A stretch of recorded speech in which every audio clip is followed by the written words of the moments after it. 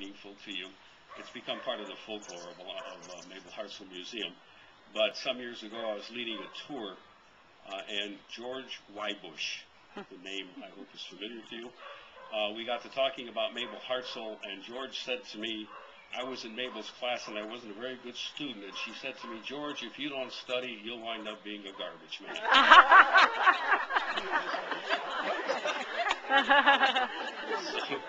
So you can see the insight that she had. Okay? We tried to contact some of the students who are still around, and we have heard from some of these people, and I would like to read some of the responses.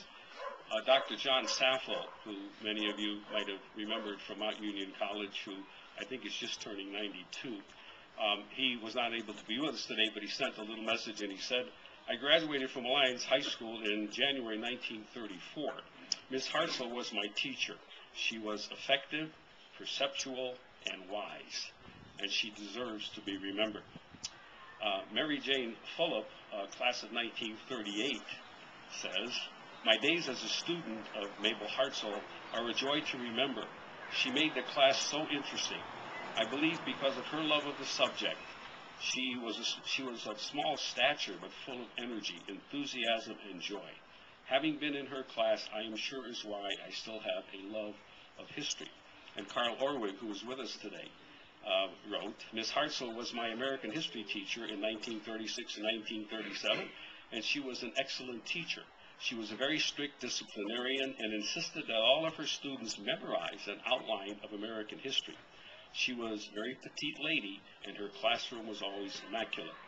But we do have, speaking for the rest of the students, a person with us today who claims to be Mabel Hartzell's favorite student. But I'll leave that to you to decide. But it's a real pleasure to introduce Mr. Dick Jones.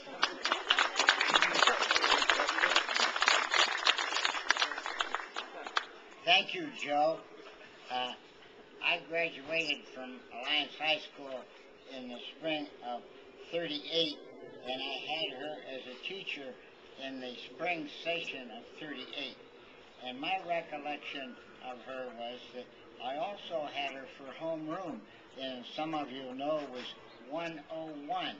And she also, when she wasn't teaching, she would use that room for a study hall. So I came in contact with her quite often that senior year.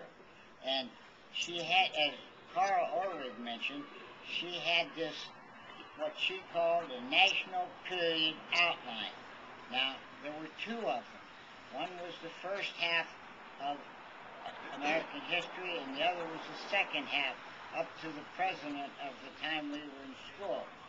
The size of this paper was 16.5 by 18, and it came with the presidents and everybody with all kinds of dates on it that you can imagine. Under each president there was something that you had to remember. Well, that was one of the tests that you had, and I kind of thought that it was foolish to have to memorize all that, because the next day after you took the test, you more likely wouldn't remember much of it anyway. And I think I made a comment to her about that, which didn't go over too well. So my last day as a senior in her class, when I was in school, there weren't many male students that took college preparatory, and I was taking that. So I was in her class.